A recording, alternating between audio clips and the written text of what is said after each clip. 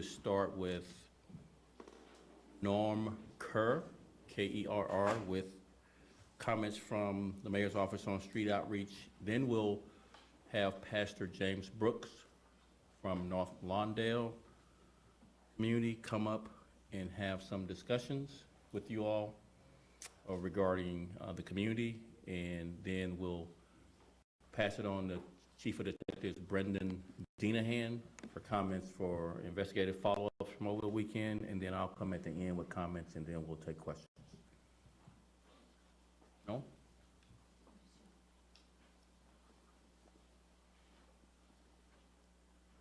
Good morning. My name is Norman Kerr, Director of the Office of Violence Reduction in the Mayor's Office. We are right here in the heart of summer. We are undoubtedly faced with considerable challenges regarding the levels of violence in our city. However, Mayor Lightfoot remains committed to an all-government and all-city response to address this issue of violence. The Summer Safety Strategy is a coordinated effort that includes participation from various city departments to collectively focus on 15 areas on south and west sides of Chicago due to consistent violence over the past 3 summers in these areas. Every week at this press conference, we applaud the work of city departments, including CPD, Parks, BACP, CDOT, and others, and our community partners, faith institutions, community-based organizations, street outreach, and victim services partners. And we will continue to applaud these groups for their steady and consistent contributions because it truly takes an all-city response to tackle this issue. Let me add that street outreach workers and peacekeepers are working to mitigate violence into the wee hours of the morning, putting their lives on the line to increase the safety of our city. Unfortunately, some have been shot recently and some have succumbed to their injuries. And still, there are committed individuals who continue to work despite these challenging conditions. Furthermore, we are sending our condolences to the families of street outreach workers, peacekeepers, and residents that have experienced the loss of loved ones this past weekend and this year. The city is poised to assist those in need of services with connections to various organizations that specialize in providing support to victims and their families, including short and long-term mental health services for all family members. Please visit the website for the Mayor's Office of Violence Reduction for more details. In closing, we will continue to emphasize the importance of an all-hands-on-deck approach and express special thanks to all those who remain committed to increasing the safety of our communities and our city. Thank you.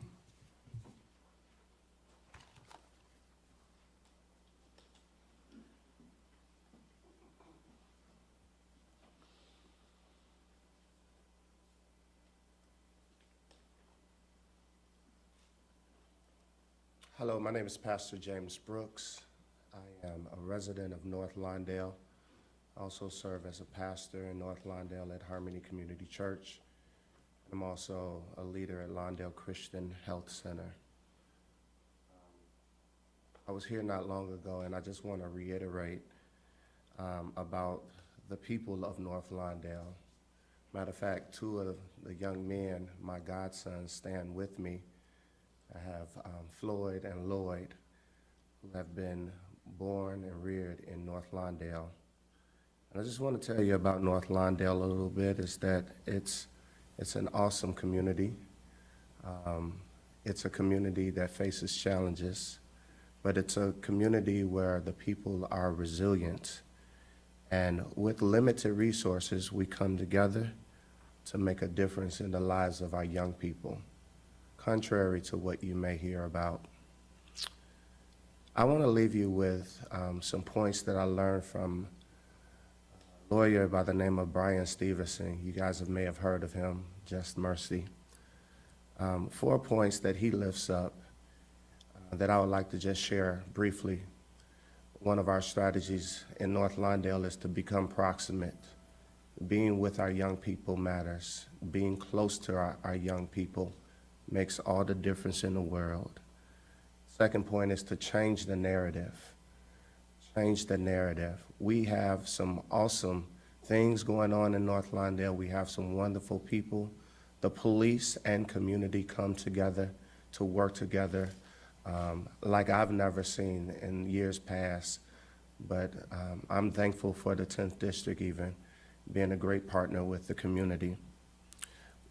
Third point is offering hope. There is hope. We experienced a rough patch last week. That was worse. It was tragic. Losing young people, seeing young people being gunned down. That was tragic. But there's still hope. There's still hope, and we won't give up. Number 4 is being courageous. Being courageous. Standing together and saying, no matter what, we're going to step outside of our doors, and we're going to step forward, and we're going to love on our young people. We're going to share information that we know with Chicago police so they can apprehend any suspects. We're going to be courageous on this journey. And then finally, I want to lift up my own point, and that's to all the city of Chicago. Let's not give up on our young people. Let's not give up on these efforts. Yeah, I know sometimes it seems as though we're taking 1 step forward and 2 steps back, but we're still moving forward. Let's keep moving forward and being courageous and not giving up. Scripture tells us, be not weary in well-doing, but in due season we will reap if we faint not. So I want to challenge you, instead of pointing fingers at one another, put your arms around some young people. Everybody, put your arms around a young person today and say, we're going to do this together.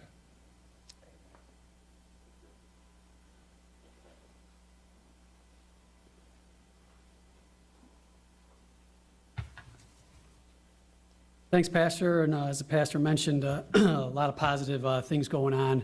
And I know I normally talk about the shooting incidents, but we don't always cover all the positive things that are occurring in these communities.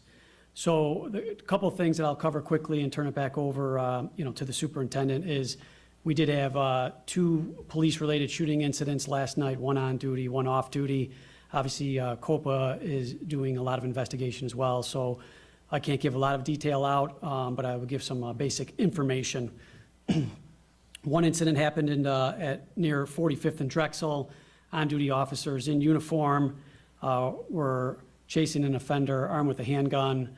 The offender discharged his firearm once, and the officer in return discharged his firearm, striking the offender. That offender is in custody, and charges are pending. And like I said, I can't give too much more detail on that investigation. There was a second incident up in near the 20th District, near 4800 North Magnolia. This officer was off duty, sitting in a vehicle. Appears it was an attempt carjacking where he pushed the offender's gun away and then discharged his firearm. There is nobody in custody, and it appears nobody was struck for that incident. We did have one of the murders over the weekend near 68th in Peoria. We had a 17-year-old who suffered a fatal gunshot wound and a 15-year-old who also was shot in extremely critical condition. The detectives are working with individuals on the scene, and it appears another juvenile was the offender for that incident, and that individual is not in custody, but the detectives are working that investigation and working with the individuals to bring that, to arrest that individual. I know there was some reporting on an incident in River North where an individual was stabbed and shot. And once again, that's pretty active, ongoing investigation. Nobody is in custody at this time, but detectives do have some leads on that investigation.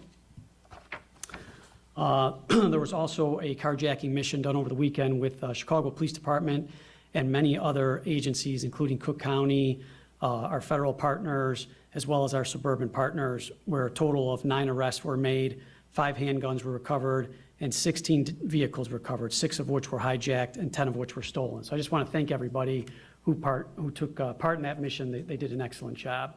With that, I will turn it back over to the superintendent.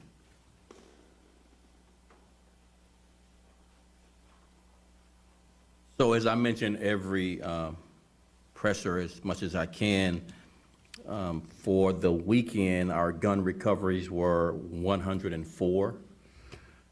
And for the year, gun recoveries are at 6,865, which is a 25% increase over 2020. We did have a couple of notable things that happened over the weekend that I want to convey to you. One was our command staff. All of our command staff participated in 2 community events. One was an Operation Wake Up there in the 10th District. And we had not only Congressman Danny Davis, Alderman Michael Scott, but other faith leaders, outreach workers, community activists, and area residents all participated in a Operation Wake Up, which was a static event, but also we did a walk after the event ended. Secondly, the command staff also participated on Saturday morning in a peace walk in the 15th District. At this peace walk, Alderman Mitz, along with Congressman Davis again, along with local clergy and residents, we participated in a peace walk and marched down Chicago Avenue. Notable arrests that we've made this past week are a couple, if I can find them. 18-year-old Tavares McKinley was arrested twice in less than a month. Both times he was arrested for aggravated unlawful use of a weapon. 18-year-old Tavares McKinley was arrested twice in less than a month by Chicago police officers. Both arrests were for aggravated unlawful use of a weapon. And Andrew Moore, 26, was arrested for a couple of charges. One, a person was sitting in their Mercedes and they noticed a Dodge Charger parked behind them. The Charger had been stolen 2 days prior. Offender Moore exited the Charger and entered the victim's vehicle from the passenger door and displayed a handgun. The offender ordered the victim out of the vehicle. Both vehicles drove away. Both the Charger and the Mercedes drove away with the offender in it. There was a license plate that was registered on our license plate reader. Third district officers observed the vehicle while monitoring the radio transmissions. During this apprehension, the driver of the offender vehicle struck a marked unit several times and fled several times after striking the marked vehicle. The offender vehicle was eventually disabled due to the accident, and the offender was approached and arrested. This offender has a criminal history of not only possessing stolen motor vehicles, but also unlawfully possessing a weapon by a felon. Now, this is just two highlights that Chicago police officers are doing their job. They're doing their part in helping address the violent crime wave we are seeing here in Chicago and across the country. And no one would do what these officers are doing, which is face down these armed individuals who are not afraid to use their weapons on police officers as well as people in the community. Officers are running toward danger each and every day, risking their lives for the people of Chicago. The officers shot at overnight, I believe, were the 36th and 37th officers shot at or shot this year, which highlights the bravery and courage that officers are displaying. And finally, I would say this, we are not obviously going to quit. We are dedicated and committed to pursuing justice for our victims. And I would highlight, finally, in closing, before I take questions, that violent offenders need more serious consequences in our courts. And I would encourage media, journalists, to use the same energy when you obviously confront all of us every Monday regarding what are we doing, and I answer what we are doing. Be as adversarial to the courts. I would ask journalists to be as adversarial to the courts. And there is documentation from journalists in this city that violent offenders are being released back to these communities that are seeing violence. Chicago Tribune reported in several articles that over 90 people charged with murder This is not Superintendent Brown reporting this. This is the Chicago Tribune reporting that over 90 people charged with murder have been released back on electronic monitoring. I would encourage you in the media to sit in bond court and see the violent offenders being released back into the community each and every day. I would ask you to report on violent offenders being released and repeatedly arrested by Chicago police officers. Don't report Superintendent Brown said this. I would ask, be adversarial to the courts and the message from the courts that it's anecdotal that violent offenders are repeat offenders that are released back into our communities. With that, I'll take questions. Superintendent, today the FOP has said that they're going to mail out ballots to its members, 11,000 plus members, regarding, it's really looked at as the first step towards, a ratification process they hope for a new contract. I know the mayor in recent meetings has said she has not agreed on anything yet, but given the fact that the FOP has come out here with this information, the contract was ratified to be their first in 4 years. Do you have any reaction to the latest steps? I would defer. I believe there's mayor's office is going to have a press release here shortly to this subject, so I would defer to that later today. Any other questions? Superintendent, every Monday, unfortunately, we seem to be reporting dozens and dozens of people shot and 10 or more people killed. I know that's going to be frustrating for you, but what can Chicago police do differently, or what are you looking at doing differently to try to address this from your perspective? Again, I want to highlight the work that Chicago police officers are doing. They're arresting people charged with murder. They're arresting them. They're arresting other violent offenders charged with robbery, charged with carjacking, as we mentioned. We are arresting the violent offenders. The courts are releasing these people back into the community. It's documented in media reports. It's documented in empirical studies. It's the media's job to find and be adversarial to the courts. You should be adversarial to government, all branches, not just the executive branch. You should be adversarial to the courts. Use the same energy that you just asked me that question to ask the courts, why are you releasing violent people, dangerous people that Chicago police officers arrest and charge back into these communities to create this environment of lawlessness that we're seeing here? Be adversarial to the courts is my plea to the media gallery this morning. Be adversarial. There are media reports that document what's happening in the courts. Use those as your citations, not the superintendent.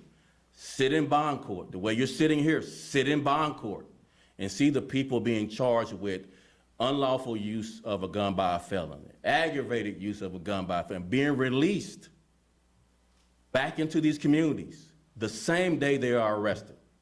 That should be a headline in this city, and it's not.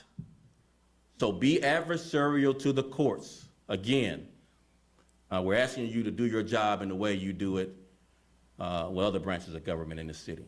But, that doesn't answer the question that I was asking you. It answers the question. It answers the question because every Monday I go through, how many guns we recover. This is a violence issue with guns here. People are being shot by guns in the wrong hands of people who are repeatedly arrested by Chicago police officers. That's the answer to your question. What can Chicago police officers do? They can continue to be brave and courageous, committed and dedicated in arresting violent offenders. My question to you is, ask what the courts can do different.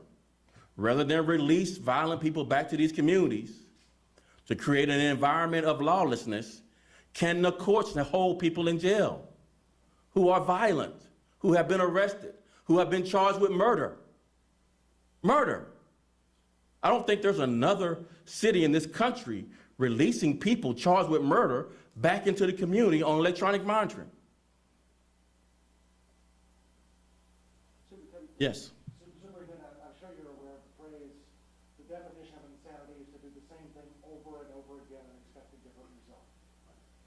What can you do differently here? You've got the courts, you know you have a problem with your courts. But you are not responsible for the courts. You are responsible for your department and the way your officers police. You've had a summer of incredibly bad numbers. What can you do differently? What you're doing does not seem to be working. It is the baseline for policing, what we're doing. We are not judge, juror, or jailer. Our democracy set it up that way for a good reason. There should be independence of each of the branches that enforce the law. If we had our druthers, we would keep violent people in jail longer. We would hold them accountable for their violence. That we would not release murderers back into the community on electronic monitoring. That we would hold absconders from the electronic monitoring program more accountable. There's people AWOL from electronic monitoring. We would fund the sheriff much more so that he would have the capacity to manage the electronic monitoring program. We would challenge any and all documents that support releasing violent people. But we're not the media, we're not the jail, we're not the funders for the sheriff. What we can do different is continue to highlight these issues that impact what our effectiveness can be. We can only arrest violent offenders, and we're doing it at the highest level historically in the Chicago Police Department's history. We're on pace to recover 12,000 guns. Every gun recovered is a potential life saved. A potential deadly force encounter with our police officers and these violent people who shot at us last night, who shot at us 35 other times this year. What we can do different is challenge the courts to render Chicago safe by holding violent offenders in jail longer, not releasing murderers back into our community. That's what we can do different. Are you calling for a suspension of electronic monitoring when it comes to these kind of crimes? Or fund the sheriff to the capacity to manage it, what he's been asking for. I echo his plea to the funders of the courts, the county. He needs the funding to manage the 3,000 people on electronic monitoring. He has no capacity to manage those people. Many are AWOL. Many don't show up to court. They fail to appear in court, make their court dates. Superintendent, how would you characterize your working relationship with Tim Evans?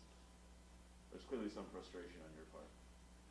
This is not something that I believe can be done behind closed doors. The judges are elected, the prosecutors elected. This is a plea in the public square to the people of Chicago who elected the people that run the courts. That's why this is not a closed door meeting. We meet and we respectfully disagree. I have high regard for Judge Evans and State Prosecutor Kim Fox. I do have high regard. We disagree, and there should be a natural tension between the courts.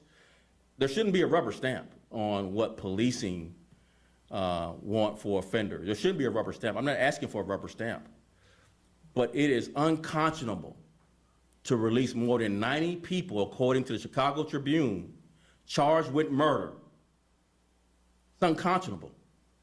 It's just as frustrating that it's not in your headlines, except for the Chicago Tribune. Use that citation, other media sources. Use that citation for your reports about the people charged with murder. Don't use superintendent's quote. Use the citation from another media report that's under the Chicago Tribune is a very ethical paper, by the way. They wouldn't run something in their paper that wouldn't at least have two other sources that convey that it's an accurate report. It has editors, right? So editors signed off on that article written. So you can use that. You can use that article in the Chicago Tribune as your citation for over 90 people charged with murder, released back on electronic monitoring into these very communities. Thank you very much.